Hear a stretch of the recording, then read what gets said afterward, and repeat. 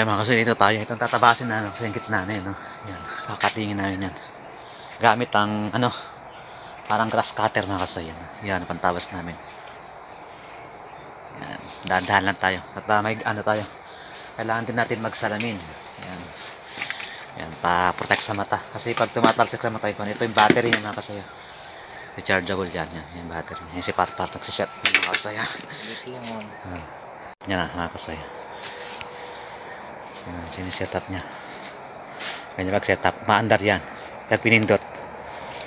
Ayan na, sa'yo, maandar yan. Ganyan yan. Katabas na ni Parpar yan. Tignan natin siya magtabas sa kasoy. Saan ka ba dito? Oh, dito. Yan ka. Yan. Tabas na si Parpar yan. So, tignan natin kung paano niya tatabasin yan. Yan. Yan, ganyan lang. Pagtabas niya mga kasoy. Yan. Yan. Para may daan sa gitna mga kasoy. Dati mano-mano gamit namin. Kaya matagal yung mano-mano. Kaya ganyan ginamitan na ng kwan. Ayan, tapos na ni Parpar.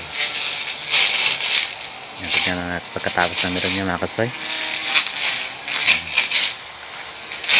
Tapos talaga yun. Tuwid na tuwid mga kasoy. Dulo lang naman kinaano dyan, kinakat na kasi tinitrim na. Para malagyan lang ng daan. Ayan o. Malagyan ng daan. Sobrang labong na yan mga kasoy.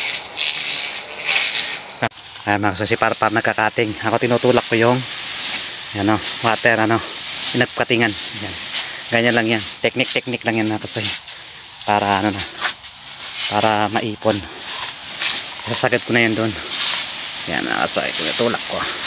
Kapag kinakating ni Parpar. Ipunin natin. Yan.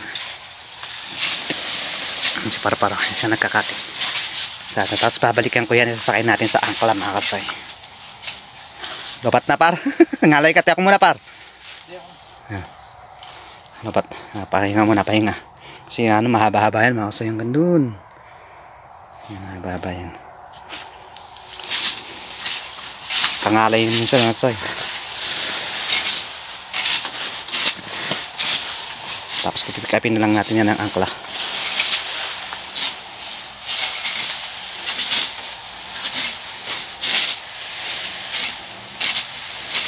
Dito muna mga kasoy.